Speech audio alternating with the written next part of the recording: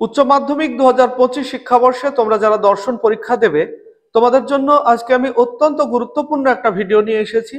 আজকে আমি আলোচনা করব প্রাকল্পিক নিরপেক্ষ ন্যায় এবং বৈকল্পিক নিরপেক্ষ ন্যায়ের ক্ষেত্রে যে অস্বীকার এবং স্বীকার এই বিষয়ে তোমাদের একটা সমস্যা তৈরি হয়। এখান থেকে শর্ট কোশ্চেন আসবে, অর্থাৎ এমসিকিউ এবং এসএকিউ আসবে। আর এই প্রশ্নগুলি নিয়ে তোমাদের অনেক সময়ই সমস্যা হয়। যেমন ধরো পরীক্ষায় এই ধরনের প্রশ্ন থাকে, পি হর্ষু কিউ কমা দিয়ে কার্ল কিউ অবলিক অতএব কার্ল পি। এই যে যুক্তি প্রাকল্পিক নিরপেক্ষ ন্যায়ের এই যুক্তিটি বৈধ হবে না অবৈধ হবে, চারটে অপশন দেওয়া থাকবে এবং তোমাকে তার সঠিক উত্তর লিখতে হবে। এই ক্ষেত্রে তোমাদের অনেকেরই সমস্যা হয় স্বীকার এবং অস্বীকার প্রসঙ্গ নিয়ে। তোমাদের সব সমস্যার সমাধান আজকে আমি করে দেব, কোনো সমস্যা আর থাকবে না আজকের পর থেকে। ভিডিওটি তোমরা শুরু থেকে শেষ পর্যন্ত দেখবে। তবে এখানে তোমাদের যে সমস্যা হয় সেটা হলো স্বীকার এবং অস্বীকারের প্রসঙ্গ নিয়ে। তো আমি একটা উদাহরণ দিয়ে বিষয়টি বুঝিয়ে দেব। আর এই ধরনের প্রশ্ন পরীক্ষায় যদি আসে সাংকেতিক রূপে, অবশ্যই তোমরা তার উত্তর লিখতে পারবে। যেমন ধরো, যদি বৃষ্টি হয় তাহলে কাদা হবে। যদি বৃষ্টি হয় তাহলে কাদা হবে। এরপর অপ্রধান আশ্রয় বাক্যে আছে কাদা হয়েছে, কাদা হয়েছে। আর নিচে বলা হলো বৃষ্টি হয়েছে, অতএব থাকবে তার আগে অতএব বৃষ্টি হয়েছে। এই ক্ষেত্রে দেখো এটা কি হবে, বৈধ না অবৈধ হবে সেটা তোমাদেরকে বলতে হবে। যদি বৃষ্টি হয় তাহলে কাদা হবে, কাদা হয়েছে, অতএব বৃষ্টি হয়েছে। তাহলে এখানে আমরা যে সূত্র জানি সেই সূত্রগুলি আমাদেরকে একটু অবশ্যই জেনে রাখতে হবে। আমি একটু বোর্ডে করিয়ে দিচ্ছি। পি হর্ষু কিউ, পি অতএব কিউ এই আকার যদি হয় তাহলে বৈধ, এটা গঠনমূলক এমপি আকার হয়। আর ঠিক এর উল্টোটা যদি হয়, পি হর্ষু কিউ, কিউ আগে তারপরে অতএব পি, এরকম যদি হয় তাহলে এটা অবৈধ অনুগ স্বীকারজনিত দোষ হয়। আর আরেকটা আকার আছে পি হর্ষু কাল, পি হর্ষু কিউ কাল কিউ অতএব কার্ল পি, এরকম যদি আকার হয় তাহলে সেটা হবে বৈধ ধ্বংসমূলক এমটি আকার। এর ঠিক উল্টোটা যদি হয় এরকম পি হর্ষু কিউ কার্ল পি অতএব কার্ল কিউ, তাহলে হবে পূর্বগ অস্বীকারজনিত দোষ। এই চারটে আকার আমাদেরকে কিন্তু মনে রাখতে হবে, তবেই আমরা যে কোনো প্রশ্নের উত্তর দিতে পারবো। এবং আমাদের এখানে স্বীকার এবং অস্বীকার প্রসঙ্গটা বুঝে নিতে হবে, তাহলে তোমরা খুব সহজেই উত্তর দিতে পারবে। এখানে দেখো স্বীকার কখন হয়, স্বীকার হবে আমাদের যে যুক্তিবাক্য, প্রধান যুক্তিবাক্য আছে, এখানে প্রাকল্পিক বচন আছে, তাহলের আগের একটা অংশ, তাহলের পরের একটা অংশ। তাহলের আগের অংশকে আমরা বলি পূর্বগ, পূর্বগকে পি দ্বারা চিহ্নিত করি। আর তাহলের পরের যে অংশ সেটাকে বলা হয় অনুগ, অনুগকে আমরা কিউ দ্বারা চিহ্নিত করি। এরপর তাহলের আগে বৃষ্টি হয় আর তারপরে আছে কাদা হবে, এটা পজিটিভ আছে। এবার এইটা যদি নিচে আসে যেমন আছে, মানে পজিটিভ টু পজিটিভ, তাহলে স্বীকার। এবার যদি নেগেটিভ থাকে, না থাকে, তাহলে না থেকে না যদি আসে নিচে তাহলেও সেটা স্বীকার হয়। আমি সেই বিষয়টি পরের উদাহরণে বুঝিয়ে দিচ্ছি তোমাদের। এটা দেখো, বৃষ্টি হয় আর এখানে হয়েছে বৃষ্টি হয়েছে, এখানে কাদা হবে, এখানে কাদা হয়েছে, তাহলে এটা কিউ। তাহলে এই অংশটা অপ্রধানে আসছে কি কাদা হওয়ার প্রসঙ্গটা, তাই এই অংশটা হবে কিউ। তবে এখানে মনে রাখতে হবে কাদা হবে পজিটিভ এবং কাদা হয়েছে এটাও পজিটিভ, অর্থাৎ হ্যাঁ বাচক। তাহলে এই ক্ষেত্রে কি স্বীকার, এই দুটো একই যখন থাকবে তখন সেটা স্বীকার। আর এখানে দেখো বৃষ্টি হয়, এখানে আছে বৃষ্টি হয়েছে, এটা যদি পি হয় তাহলে এটাও পি। অতএব আমাদের যে আকারটা আসছে কি পি কিউ তারপরে কিউ তারপরে পি, তাহলে এখানে দেখো এই আকারটার সঙ্গে মিল হচ্ছে, অর্থাৎ দ্বিতীয় নম্বরে এটা হলো কি অনুগ স্বীকারজনিত দোষ। তাহলে এই যুক্তিটি অনুগ স্বীকারজনিত দোষ। চারটে অপশন থাকবে, যে অপশনটা সঠিক হবে সেটাতে তোমরা টিক চিহ্ন দেবে। এবারে আরেকটা উদাহরণ দিই তোমাদের, না দিয়ে তাহলে তোমাদের এখানে স্পষ্ট হয়ে যাবে। দেখো যদি এরকম থাকে, যদি রাম না আসে, না আসে, তাহলে শ্যাম আসবে না, শ্যাম আসবে না। যদি রাম না আসে তাহলে শ্যাম আসবে না। এইখানে আমাদের মজার বিষয় বুঝে নিতে হবে, তাহলে আগের অংশ পূর্বগ, আগে বললাম, তাহলে পরের অংশ অনুগ। তাহলে আমরা কি করব, পি আর কিউ, পূর্বগ আর অনুগকে আমরা পি এবং কিউ দ্বারা চিহ্নিত করব। কিন্তু এখানে অবশ্যই তোমাদের মনে রাখতে হবে, রাম আসে থাকলেও পি, রাম না আসে থাকলেও পি, মানে যাই থাক না কেন প্রধান আশ্রয় বাক্যে তোমরা পি আর কিউ দিয়ে চিহ্নিত করবে। এটা কিন্তু তোমাদেরকে মনে রাখতে হবে। অনেক সময় তোমরা না আছে ওই জন্য কাল পি বলবে না, কাল পি কখনোই বলবে না। প্রধান আশ্রয় বাক্যে যেমন যাই থাকুক না কেন তোমরা পি আর কিউ বলবে। এরপরে ধরো অপ্রধান আশ্রয় বাক্যে আছে রাম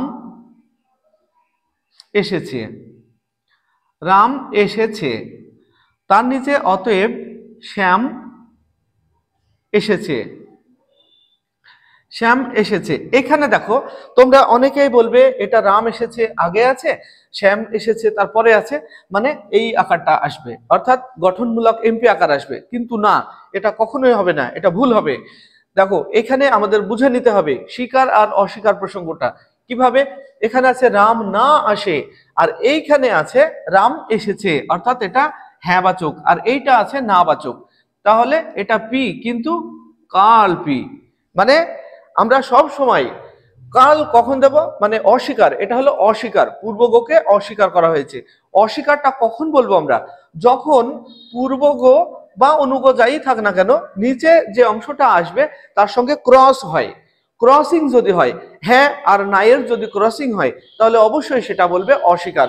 তবে প্রথমে এখানে রাম এসেছে আসে আছে, আর এখানে যদি রাম আসেনি থাকে তাহলে কিন্তু রাম না আসে আর রাম আসেনি, এটা স্বীকার হবে, তখন কিন্তু কাল হবে না, এটা মনে রাখবে। তাহলে এখানে রাম না আসে আছে আর এখানে আছে রাম এসেছে, অর্থাৎ এই দুটো ক্রস হচ্ছে। ক্রস যখনই হবে হ্যাঁ আর নায়ের তখনই তোমরা কাল দেবে। এখানে রাম এসেছে তাহলে এটা কাল কেন হবে, এটা তোমাদের প্রশ্ন হবে।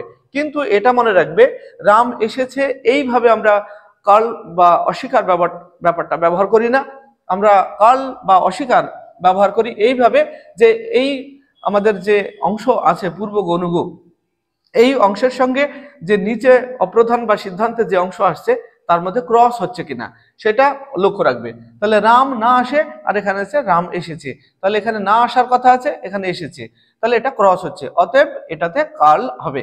এরপরে দেখো শ্যাম আসবে না আছে, এটা কিউ হলো, শ্যাম আসবে না। যাই হোক আবারও বলছি, প্রধান আশ্রয় বাক্যে হ্যাঁ থাক না থাক কোনো কিছু দেখার দরকার নেই, তোমাদের পি আর কিউ বসিয়ে দেবে। নিচে যে অপ্রধান সিদ্ধান্ত থাকবে তার সঙ্গে তোমরা সেম টু সেম যদি হয়, উপরেও না আছে নিচেও না আছে, তাহলে সেটা স্বীকার হবে, অর্থাৎ সেখানে কাল হবে না, এটা মনে রাখবে। তাহলে এখানে কি শ্যাম আসবে না আছে আর এখানে শ্যাম এসেছে, অর্থাৎ এটা ক্রস হচ্ছে, এটা না বাচক আর এটা হ্যাঁ বাচক, তাহলে কিউ, কিউ এর ক্রস অর্থাৎ কাল। তাহলে এই আকারটা কার সঙ্গে মিলছে দেখো, কাল পি আর কাল কিউ, কাল পি আর কাল কিউ, এই যে 4 নম্বর, অর্থাৎ পূর্বগ অস্বীকারজনিত দোষ। এইভাবে এবারে তোমাদের আমি সংকেত দিয়ে তোমাদের কয়েকটি উদাহরণ দিয়ে দেব, তাহলে তোমাদের এখান থেকে যে ধরনের প্রশ্ন আসুক না কেন তোমরা তার উত্তর লিখবে। এবার দেখো পরীক্ষায় এভাবেও আসতে পারে, বলা হলো পি, খুব ভালোভাবে মনে রাখবে এটা, পি হর্ষু কাল কিউ কমা পি কাল পি অবলিক অতএব কিউ। এই আকারটি বৈধ না অবৈধ, 4টা অপশন দেবে, একটা হলো এমপি আকার, এই আকারটি এমপি আকার, একটা হলো এমটি আকার, একটা হলো পূর্বগ অস্বীকারজনিত দোষ, একটা অনুগ স্বীকারজনিত দোষ, এই ধরনের কিন্তু 4টে অপশন দিয়ে দিতে পারে। তখন কোনটা সঠিক হবে তোমরা কিভাবে বুঝবে, দেখো এখানে পি আর কাল কিউ আছে, আমরা যদি এরকম করি পি হর্ষু কাল কিউ আছে, মানে এটাকে আমরা মনে মনে ধরে নেব, এটাকে পি ধরলাম এটা কিউ ধরলাম, তাহলে এখানে দেখো কাল পি আসছে, নিচে কাল পি, অর্থাৎ কি বলতো কাল পি মানে এই যে পি এর ক্রস হচ্ছে, মানে অস্বীকার। এরপরে দেখো এইখানে কিউ আছে, তাহলে এখানে কি কিউ যদি লিখি আমরা, তাহলে এখানে একটা লক্ষ্য করো এর সঙ্গে এর ক্রস হচ্ছে, মানে এটা কাল আছে এটা কাল নেই, তাহলে পি অস্বীকার কিউ অস্বীকার, এটা কিন্তু আমরা এখানে কাল চিহ্ন দেব না, কিন্তু না দিলেও এখানে কাল আছে হিসাবে এটা ক্রস হচ্ছে, অর্থাৎ এটা অস্বীকার ধরে নেবে। তাহলে পি কে অস্বীকার করা হচ্ছে এবং তারপরে কিউ কে অস্বীকার করা হচ্ছে। তাহলে পি কে অস্বীকার, তারপরে কিউ কে অস্বীকার, অর্থাৎ এই আকারটা হবে 4 নম্বর, পূর্বক অস্বীকারজনিত দোষ ঘটবে এই যুক্তিটিতে। এটা মনে রাখবে। এরপরে আরেকটা দিই, তাহলে তোমাদের একদম পরিষ্কার হয়ে যাবে, প্রাকল্পিকের ক্ষেত্রে আর কোনো সমস্যা থাকবে না। দেখা গেল কার্ল পি হর্ষু curl Q comma curl Q oblique অতএব কার্ল পি, সবগুলোতেই কার্ল আছে। তাহলে কি হবে দেখো, এটা তোমরা সাজিয়ে নিতে পারো, কার্ল পি হর্ষু কার্ল কিউ, তার নিচে লেখো কার্ল কিউ, তার নিচে অতএব কার্ল পি। তাহলে এইখানে একটা জিনিস লক্ষ্য করো, কার্ল কিউ আছে, এখানেও কার্ল কিউ, মানে অনুগকে স্বীকার করা হয়েছে। আর এখানে কার্ল পি দুটোতেই কার্ল পি, অর্থাৎ এখানেও পূর্বগকে স্বীকার করা হয়েছে। তাহলে আগে অনুগ স্বীকার, তারপরে পূর্বগ স্বীকার, সেম টু সেম যদি হয় তাহলে স্বীকার, এটা মনে রাখবে। এখানে কার্ল কিউ আছে মানে যে অস্বীকার সেটা না, কিন্তু এখানে কার্ল কিউ আছে, এখানেও কার্ল কিউ আছে, তাই এটা স্বীকার হবে। এখানে কার্ল পি, এখানেও কার্ল পি, এটাও স্বীকার, মানে দুটোই যদি সেম টু সেম হয় তাহলে সেটা স্বীকার, আর যদি ক্রস হয় তাহলে অস্বীকার, এটা মনে রাখবে। তাহলেই আর কোনো সমস্যা তোমাদের হবে না।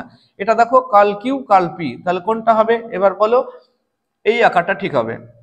এটা স্বীকার, মানে আগে অনুগকে স্বীকার করা হয়েছে, তারপরে পূর্বগকে স্বীকার করা হয়েছে, অনুগকে স্বীকার করা হয়েছে, তারপরে পূর্বগকে স্বীকার করা হয়েছে, অর্থাৎ এই যুক্তিটি অনুগ স্বীকারজনিত দোষ। এই যুক্তিটি অনুগ স্বীকারজনিত দোষ। কিন্তু তোমরা প্রাথমিকভাবে কি বলবে, এটা কাল কিউ কাল পি আছে, তার মানে আমাদের এটার সঙ্গে মিলবে না, কখনোই এটার সঙ্গে মিলছে না। এটা স্বীকার অস্বীকার ব্যাপারটা তোমরা যদি না বুঝতে পারো তাহলে কিন্তু তোমাদের এখানে ভুল করবে তোমরা। তো এই হলো প্রাকল্পিকের ক্ষেত্রে যে কোনো ধরনের প্রশ্ন আসুক না কেন, আশা করছি তোমরা উত্তর দিতে পারবে। ঠিক একই রকম ভাবে আমরা যদি বৈকল্পিকের উদাহরণ দিই, তাহলে ধরো পি ভেল কাল কিউ থাকলো অবলিক কমা পি অবলিক অতএব কিউ, এরকম যদি থাকে তাহলে সেই যুক্তিটি কি হবে বৈকল্পিকের ক্ষেত্রে। দেখো আমরা বৈকল্পিকের ক্ষেত্রে যে সূত্র সেটাও আমাদেরকে একটু জানার দরকার, তোমরা অবশ্যই এটা জানো, ধরে নিয়েই আমি করি। কারণ এটা দেখো পি ভেল কাল কিউ, তারপরে পি নিচে পি, অর্থাৎ পি কে এখানে স্বীকার করা হয়েছে, তারপরে কিউ কে কি, কিউ কে অস্বীকার করা হয়েছে। এখানে যদি আমরা কিউ লিখি তাহলে দেখো কিউ কার্ল আছে এখানে, আর এইখানে আছে কিউ, অতএব এখানে কিউ কে অস্বীকার করা হয়েছে। তাহলে কি হবে, এটা আমরা জানি বৈকল্পিক নিরপেক্ষ ন্যায়ের ক্ষেত্রে মিডিলের বাক্যে যদি অস্বীকার থাকে, মিডিলের বাক্যে কাল থাকলেই না, কাল কথাটা বললে হবে না, কাল থাকলেই যে বৈধ হবে এইটা না, কিন্তু অস্বীকার থাকলে বলতে হবে। তাহলে এখানে কি বলতো, নিচের বাক্যে অস্বীকার আছে মানে সিদ্ধান্তে অস্বীকার আছে, আর মাঝের বাক্যে স্বীকার আছে, তাহলে এটা অবৈধ হবে। অবৈধ হলে বিকল্প স্বীকারজনিত দোষ বা বিকল্প পরিগ্রহণজনিত দোষ ঘটে, এটা মনে রাখবে। তাহলে এখানে আশা করছি তোমরা বুঝতে পেরেছো, বৈকল্পিক নিরপেক্ষ ন্যায়ের ক্ষেত্রে এই ধরনের প্রশ্ন যদি আসে তোমরা উত্তর লিখতে পারবে। প্রাকল্পিক এবং বৈকল্পিকের ক্ষেত্রে যে ধরনের প্রশ্ন আসুক না কেন, ভিডিওটি যারা দেখলে আশা করছি তোমাদের কোনো সমস্যা হবে না। তো তোমাদের ভিডিওটি কেমন লাগলো অবশ্যই কমেন্ট করে জানাবে, আর যদি তোমাদের কোনো সমস্যা থেকে থাকে অবশ্যই কমেন্ট করে আমাকে জানাও, এবং তোমার নাম এবং জেলার নাম লিখে আমাকে কমেন্ট করো, আর তোমার প্রশ্নটা লিখে দাও, আমি অবশ্যই তোমার প্রশ্নের উত্তর ভিডিও আকারে করে দেব। ভিডিওটি ভালো লাগলে লাইক কমেন্ট এবং শেয়ার করবে, আর আমাদের চ্যানেলটি যদি সাবস্ক্রাইব না করে থাকো তাহলে অবশ্যই চ্যানেলটিকে সাবস্ক্রাইব করে নেবে, আর যদি তুমি ফেসবুক থেকে দেখে থাকো তাহলে অবশ্যই আমাদের পেজটিকে ফলো করে নেবে। আসছি পরবর্তী ভিডিওতে, সেই পর্যন্ত সবাই ভালো থাকবে, সুস্থ থাকবে, বাই বাই।